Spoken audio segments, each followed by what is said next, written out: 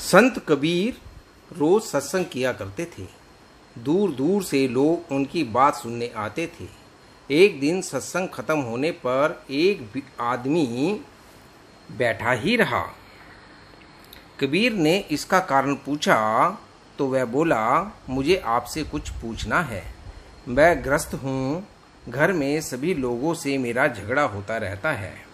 मैं जानना चाहता हूँ कि मेरे यहाँ गृह क्लेश क्यों होता है और वह कैसे दूर हो सकता है।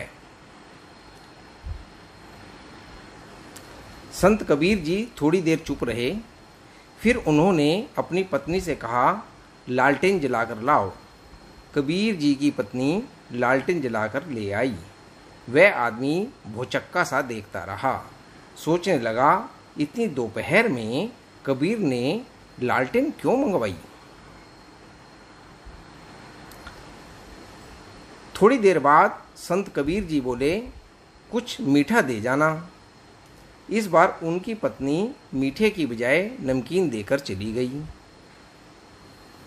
अब उस आदमी ने सोचा कि यह तो शायद पागलों का घर है, मीठे के बदले नमकीन, दिन में लालटेन। वह बोला, कबीर जी मैं चलता हूँ। कबीर जी ने पूछा, आपको अपनी समस्या का समाधान मिला या अभी कुछ संशय बाकी है। वह व्यक्ति बोला, मेरी तो समझ में कुछ नहीं आया।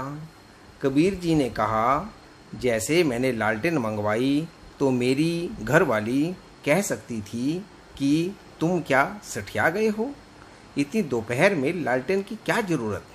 लेकिन नहीं, उसने सोचा कि जरूर किसी काम के लिए लालटेन मंगवाई होगी। मीठा मंगवाया तो नमकीन देकर चली गई। हो सकता है घर में कोई मीठी वस्तु न हो। यह सोचकर मैं चुप रहा। इसमें तकरार क्या। आपसी विश्वास बढ़ाने और तकरार में न फंसने से विषम परिस्थिति अपने आप दूर हो गई। उस आदमी को अब हैरानी हुई और वह समझ गया कि कबीर जी ने यह सब उसे बताने के लिए ही किया था। कबीर जी ने फिर कहा, गृहस्थी में आपसी विश्वास से ही तालमेल बनता है।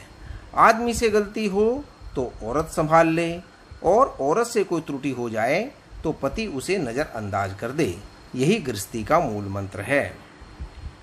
इसलिए परिवार से बड़ा कोई धन नहीं, पिता से बड़ा कोई सलाहकार नहीं, माँ की छाँव से बड़ी कोई दुनिया नहीं, भाई से अच्छा कोई भागीदार नहीं, बहन से बड़ा कोई शुभचिंतक नहीं, पत्नी से बड़ा कोई दोस्त नहीं।